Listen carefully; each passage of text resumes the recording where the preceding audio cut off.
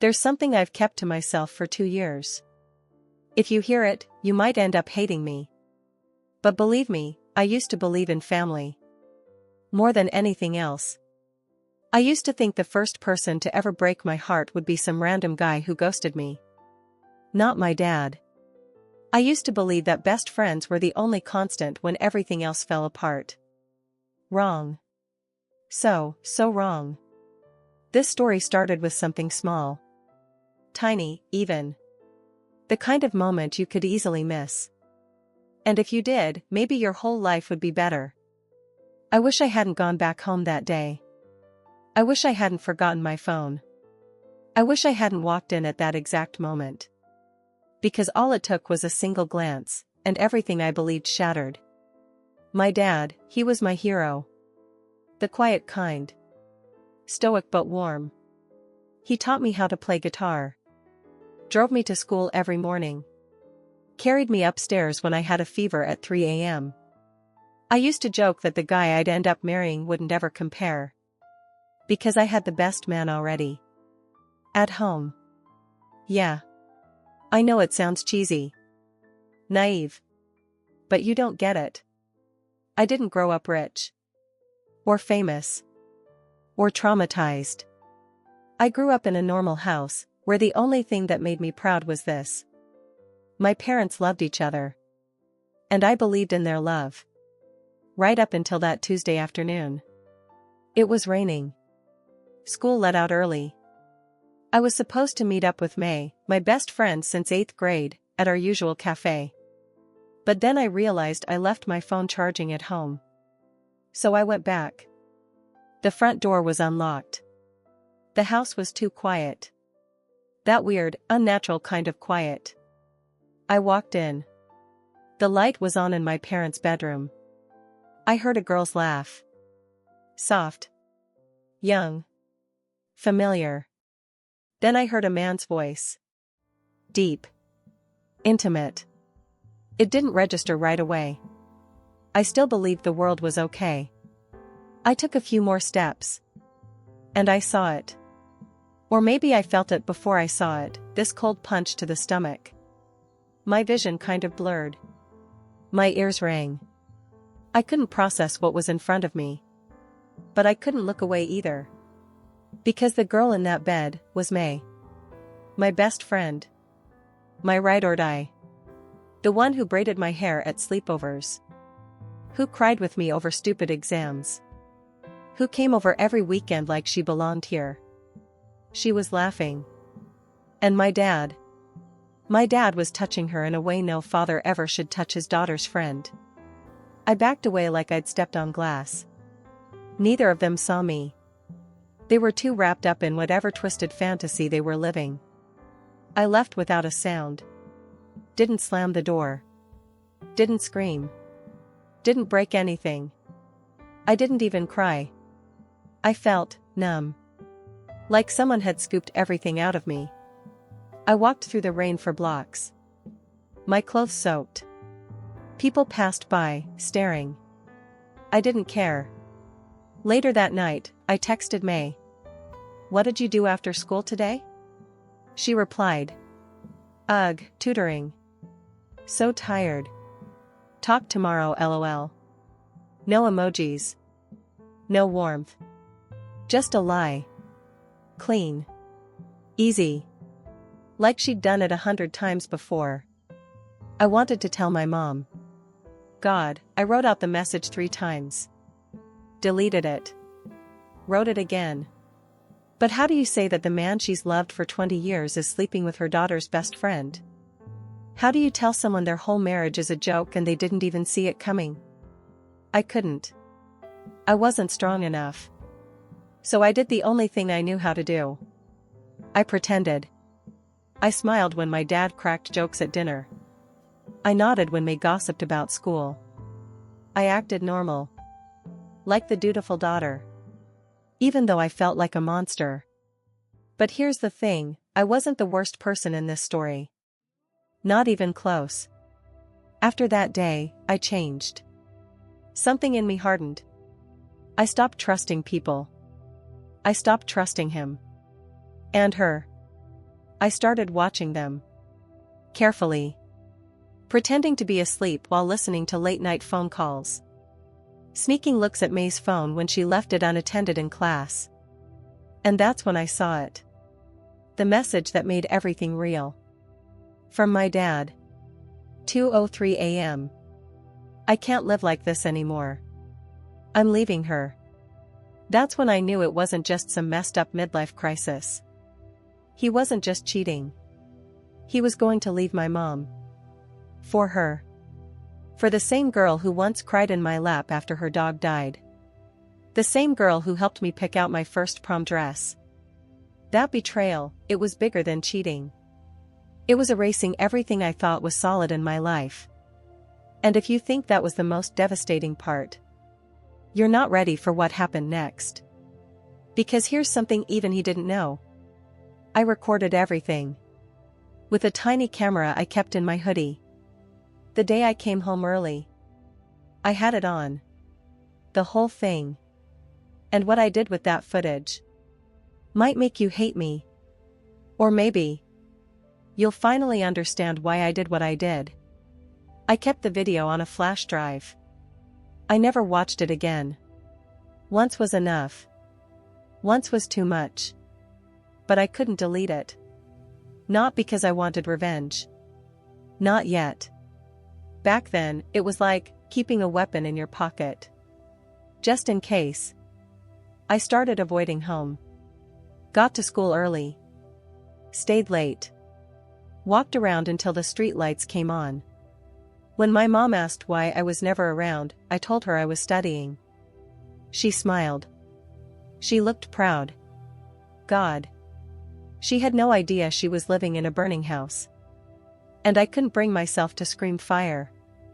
I became colder. Like, emotionally frostbitten. And May? She acted like nothing was wrong. She still sent me dumb memes. Still offered me bites of her lunch. Still came over, sat in the kitchen, chatting with my mom while her lover was upstairs shaving. You ever look at someone and realize every word they say is fake? Every laugh, every bestie, it's just a mask? That was May. A pretty, hollow thing. Rotting from the inside, but sparkling on the outside. And my dad? He started treating me differently. Softer. Weirdly careful. Like he sensed I knew. But didn't want to confirm it. Like if we never said it out loud, it didn't happen. He'd knock before entering my room now. Ask about school. About boys. Things he never asked before. At first, I thought it was guilt. Now I think it was fear. Fear that I'd blow everything up. Which I almost did. One night. It was late. Everyone was asleep. I sat in the kitchen, staring at the flash drive in my hand. Wondering what would happen if I showed it to my mom. Or uploaded it anonymously. Or mailed it to the school board. Yeah, May's dad worked there. I imagined the chaos. The screaming. The silence. The crumbling of this perfect little fake life. I wanted it. Desperately. But I also wanted my mom to keep smiling. I wanted to keep pretending I was a good daughter. Not a bitter, broken girl carrying around a secret like a corpse. So instead of destroying them, I destroyed myself. I stopped sleeping. Started drinking. Stole wine from the cabinet when no one was looking. Vodka from May's bag during a party. No one noticed. Because no one really sees the quiet kids fall apart. They only notice when we finally hit the ground. I remember one night in particular. I was drunk. Alone. Lying on the bathroom floor. The tiles cold against my cheek. I stared at the ceiling, whispered. What the F *** K did I do to deserve this? And the silence whispered back. Nothing. But that's not how life works. I started writing letters I never sent. To my dad. To May. To my mom. To God.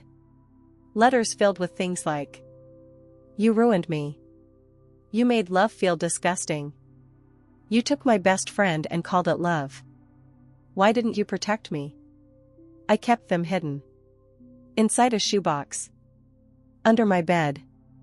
Like emotional landmines, waiting to explode. But the twist? The part one didn't see coming? May wasn't the only one. Yeah. There were others. One of them messaged me. A girl from his gym. 2 years older than me. She found me on Instagram. Hey, this is random, but is your dad's name Thomas? I think we need to talk. That message broke me in a way the first betrayal didn't. Because now it wasn't just about May. It wasn't about best friends or broken homes. It was about patterns. It was about how long he'd been doing this. And how many girls he'd pulled into his web. And suddenly, I wasn't just sad. I was furious. He didn't just cheat. He groomed. He targeted. He manipulated. And I was his daughter. I brought May into the house. I introduced them. I opened the door. So when that girl from Instagram said, I have screenshots. Want them? I said yes. And when she sent them, messages, photos, even voice notes, I knew what I had to do. It wasn't just about my mom anymore. It wasn't just about me. It was about every girl he hurt. Every lie he told. And the next part of this story? That's when I stopped being the daughter. And started becoming his consequence. It's weird how revenge doesn't feel like fire. It feels like ice. Cold. Calculated. Quiet. I wasn't angry the way people think angry looks. I didn't scream. I didn't break mirrors or throw punches or cry into a pillow. I just started planning. I created a folder. Labeled it something boring, math notes, semester 2. Inside were screenshots. Audio. That video from my hoodie cam. And every single message that girl from Instagram sent me. She wasn't the only one, by the way. Turns out, once you ask the right questions, people start talking. 3 girls. All under 20. All had run into him at the gym. Or the store. Or one of those charity events he dragged me to as a kid. All told me the same thing. He made them feel seen. Special. Like they mattered. And then, he ruined them. In different ways. But the end was always the same. Shame. Confusion. Silence. Same ending he gave me. Except I didn't even get the illusion of love. I got front row seats to my father's destruction. I didn't know exactly what I wanted to do with all the evidence. Not yet. But I knew I couldn't carry it alone anymore. So I told someone. Not my mom. Not a teacher.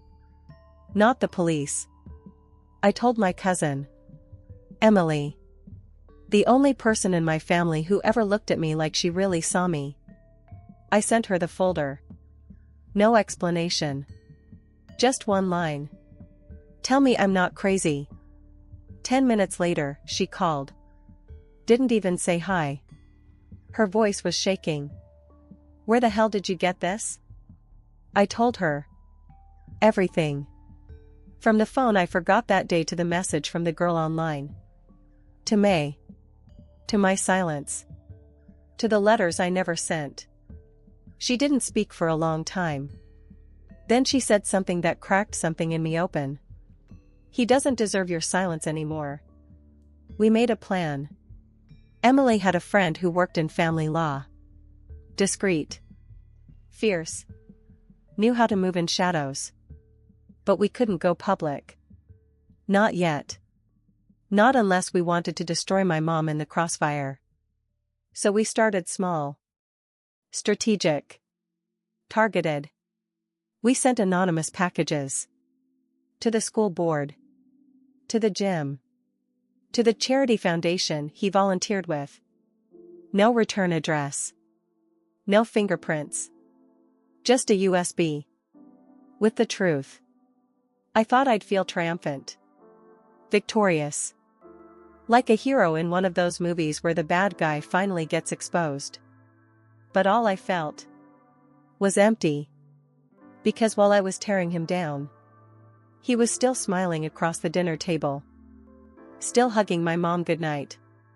Still living like none of this would ever reach him. And May? She started acting weird. Avoiding me. Not replying to texts. Cancelled our weekly coffee run for family stuff. And I knew what that meant. My dad had started pulling away. And May wasn't used to being discarded. I expected her to disappear quietly. She didn't. One day, she showed up outside my house. Eyes red. Hair messy. Pale. She wasn't May anymore. She looked like a ghost of the girl I used to love. She said, "He told me you were manipulating him. He said you wanted to destroy our family. He said you were jealous." And I laughed. Not because it was funny, but because it was so predictable. I asked her one question. "Do you really think a grown man who sleeps with his daughter's best friend is the victim here?" She opened her mouth. Closed it. Then she said something I'll never forget. "I think I loved him. But I also think he ruined me. And I don't know who I am anymore." And for the first time in months, I saw her. The real her. Not the liar. Not the traitor. Just a girl. 19. Lost. Ashamed. Like me.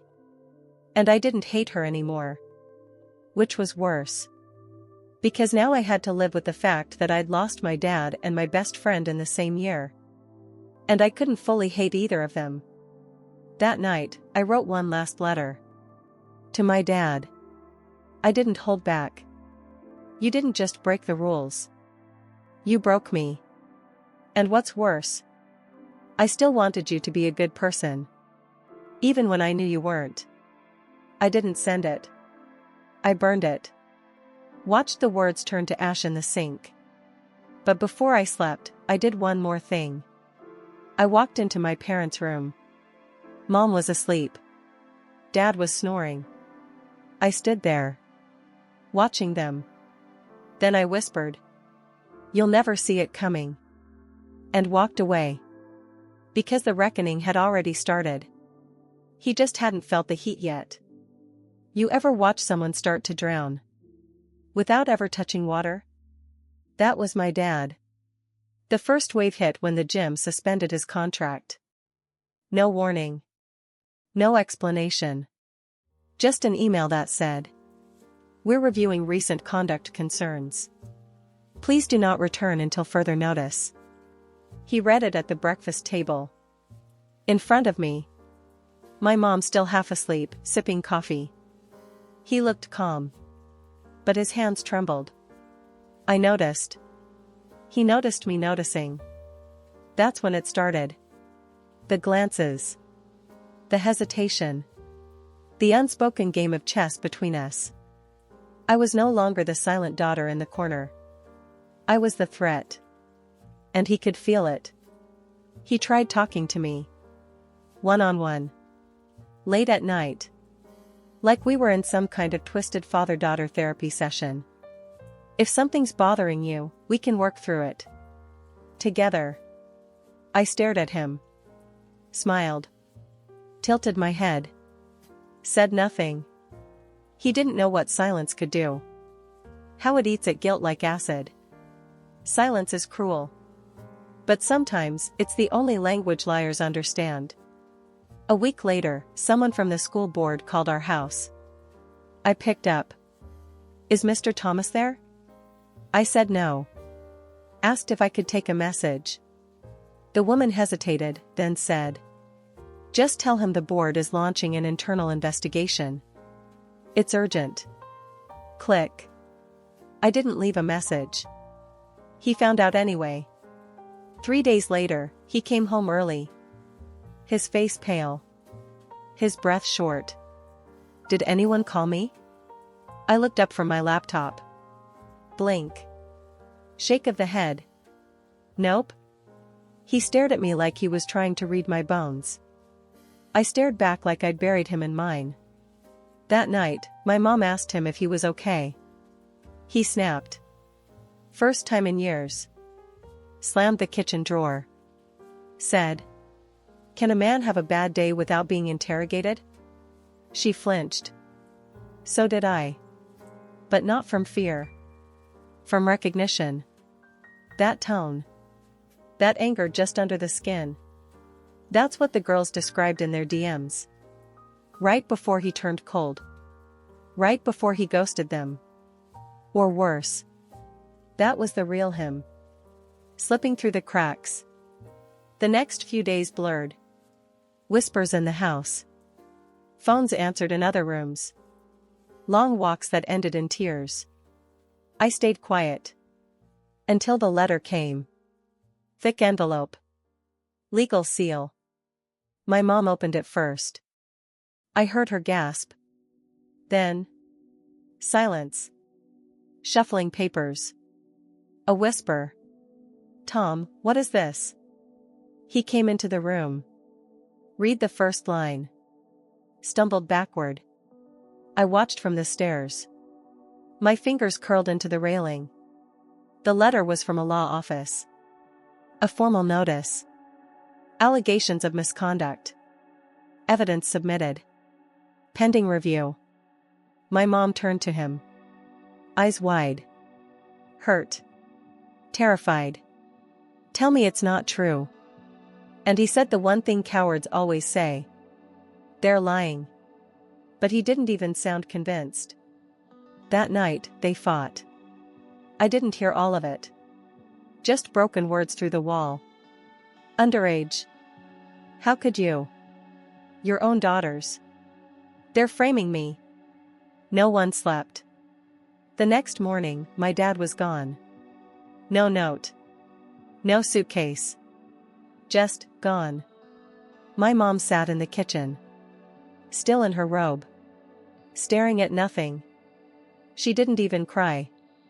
I wanted to go to her. To wrap my arms around her and say I was sorry.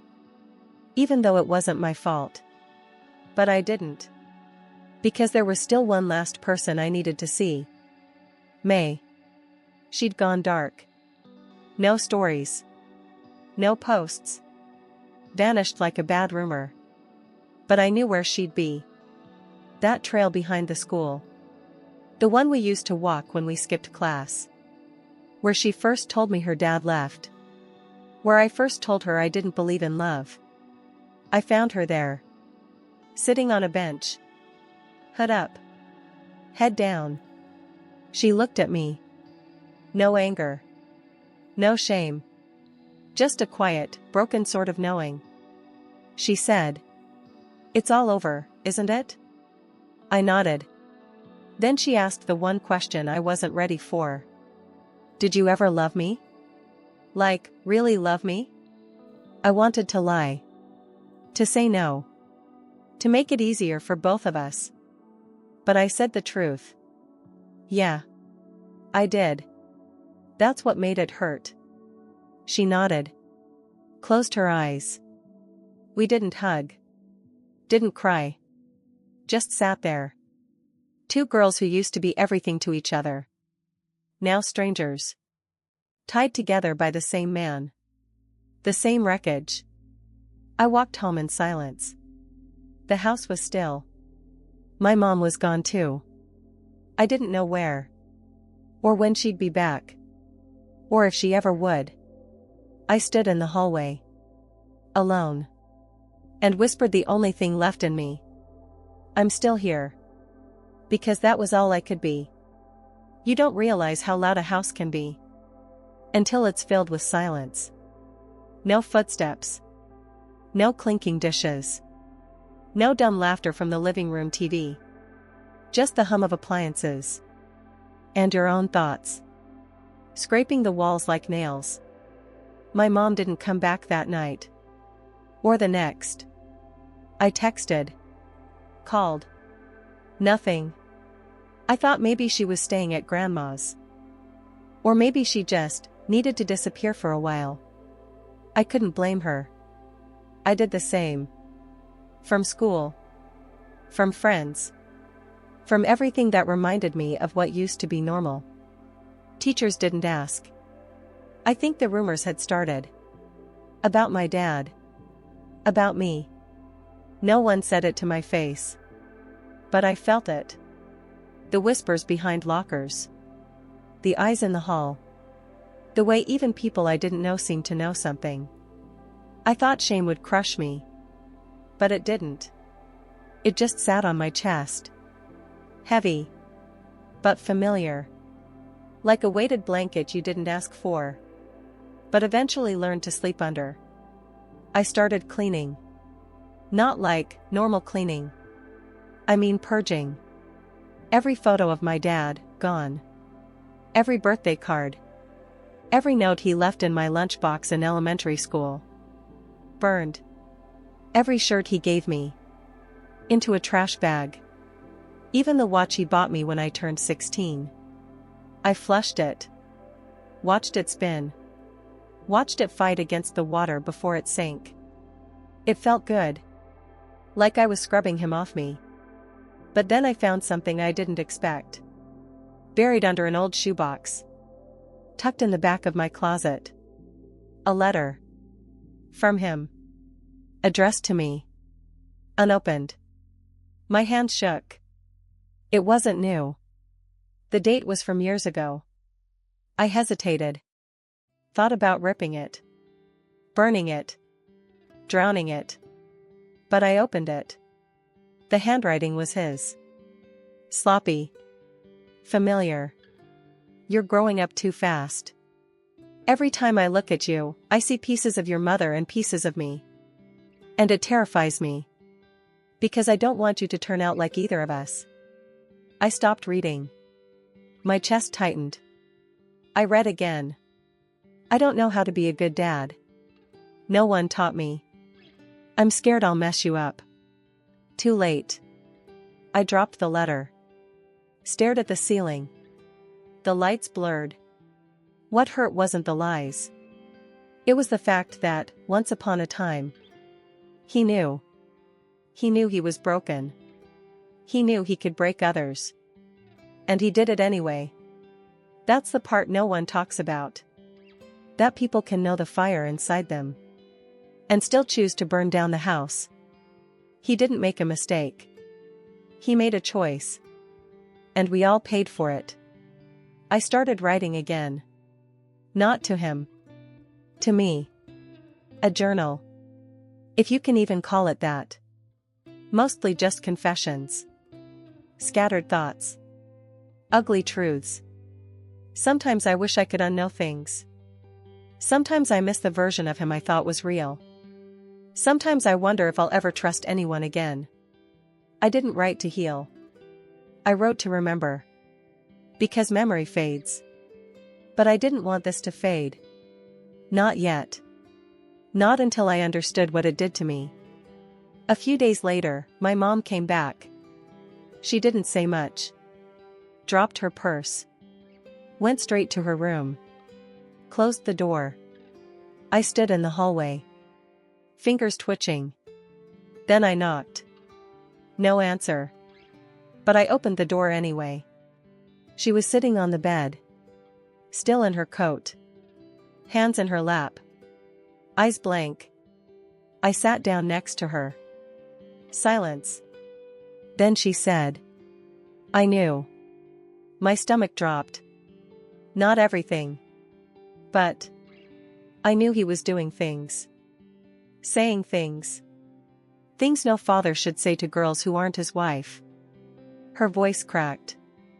But no tears. I didn't want it to be true. I thought, if I ignored it, it would go away. I didn't speak. She looked at me. Really looked. And then she asked. Do you hate me? I didn't answer. Because I didn't know. Because the truth was. I wanted to hate her.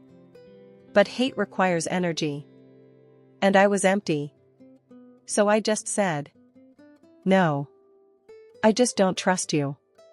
She nodded. Didn't try to argue. Didn't try to apologize.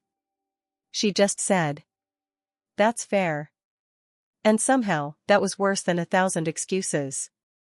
She stood up. Left the room. And for the first time since it all broke, I realized something. This house wasn't haunted by ghosts.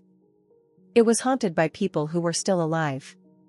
I used to wonder what it would feel like to completely lose yourself. Now I know. It's not loud. It's not messy. It's quiet. Precise. Like a blade sliding under your skin, without breaking the surface. Some nights, I lay in bed and imagine what life would have been like if I never walked into that room. If I never opened that door. If I just stayed naive. Would we still have Sunday breakfast? Would May still laugh at my dumb jokes? Would my dad still be my hero? It's easy to miss a lie when it's all you've ever known. But once you see the truth, once it's burned into your eyes, you can't unsee it. And I saw everything. I saw the man I thought was unshakable flinch like a boy with something to hide. I saw my best friend's love turn into shame. I saw my mother break. Not because he betrayed her, but because she betrayed herself by looking away for too long. And me? I saw the version of me that still wanted to be rescued go up in flames. I don't wait anymore for answers, for apologies, for someone to fix it. I fix me. I started boxing again. Not at my dad's gym. Never again. I found a new place. Small. Dusty. Run by a woman who doesn't ask questions. She saw my bruised knuckles and said, "You punch like you've been quiet too long." She was right. I don't punch for sport. I punch for survival. Every jab is a scream I never got to shout. Every hook is a memory I refuse to let own me. I see May sometimes. At a distance.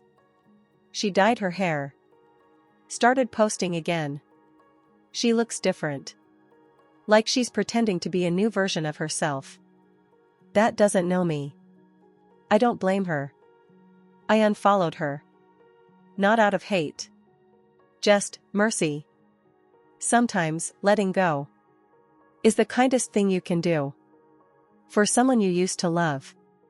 As for my dad, last I heard, he was somewhere out west, living under a different name, teaching at a small gym, still chasing that clean slate. Funny thing about running, no matter how far you go, your shadow keeps up. I don't talk to him. I never will. But I did send him something. A photo. Me in the ring. Gloves on. Jaw set. No caption. Just the image. I wanted him to see what his silence created. Not a victim. Not a broken girl. But someone who learned how to hit back. My mom and I, we're civil. Some days we eat together. Some days we don't speak. Healing doesn't look like a movie. There's no soundtrack. No clean ending. Just small choices. Daily decisions not to disappear. I still write in that journal. Today I wrote, "I don't forgive you. But I forgive me for loving you." Because that's what took the longest. Forgiving myself. For believing in monsters wearing my father's face. Do you know what hurts the most? It's not what he did. Not what she let happen. Not even what May and I lost. It's that I still look in the mirror and search for pieces of him inside me. And every time I find one, I don't cry. I just say, "Not today." And keep going. Because surviving is an act of revenge. And I plan to outlive them all. It's funny how life doesn't wait for you to be ready. It just keeps going. I'm no longer the girl who begged for things to stay the same. I'm not the girl who used to look at my father's face and wonder if he saw me as a person or a shadow. I'm someone else now. Someone who learned the truth and decided to live with it. Even when it's too heavy. Even when it leaves bruises on my soul. I remember the first day I walked into that gym. The one where I started again. The mirrors were cracked. The smell of sweat lingered in the air, thick and sour. But there was something in the air that day. Something that told me it didn't matter. How broken I felt. I could still move. So I moved. One punch at a time. I can't forget what he did. But I can choose how it ends. And it doesn't end with regret. It doesn't end with self-pity. It ends with me standing in front of a mirror. Arms raised, fists clenched. And finally believing I am enough. To stand tall. Even in the aftermath. It's not revenge. It's freedom. There's a stillness now in my life. The chaos that once defined me has faded into something quieter. And I realize quiet can be powerful. Because in the stillness, I found the real question. Not how could they do this to me? But what now? And the answer? I choose me. I choose to be the one who rises from the ashes. Not to show them I'm strong. Not for anyone but myself. I see the world differently now. The cracks are more visible. The truths are sharper. And every time I look at my reflection, I don't just see the girl who got hurt. I see the woman who's learning to heal. Maybe one day, I'll look at my dad again. Maybe I'll find peace with my mom. Maybe May and I will talk. But for now, I'm not waiting for anyone. I'm not waiting for permission. I'm not waiting for an apology. I'm done waiting. Because the only person I've ever needed to make this right is me. And as I stand in front of the mirror, I smile. Not because it's all perfect, but because I finally see myself. Not as a victim, but as a survivor. And that's enough. This is where the story ends. But for me, this is just the beginning. Hey, I hope this story resonated with you in some way. If it did, or if you're still feeling that mix of emotions, drop a comment below. I'd love to hear your thoughts. What part of the story hit the hardest for you? Was there a moment you felt like you could relate? Or maybe a part that completely took you by surprise? Let's talk. And if you haven't already, don't forget to hit that subscribe button. You don't want to miss what's coming next. I've got some new, intense stories lined up, and you definitely want to be part of the conversation. I've got a few deep dives into topics you've been asking about, plus some more real, raw stories that will keep you thinking long after the video ends. Got ideas? What should we explore next? I'm always open to hearing your thoughts and suggestions. Drop them in the comments. Your input shapes this channel, and I'm here for all the wild, emotional, and thought-provoking ideas you've got. If you're as hooked as I am on this journey, make sure to come back soon. Trust me, there's more to this story, and you won't want to miss it. Until next time, take care, keep questioning, and remember, you're not alone in this.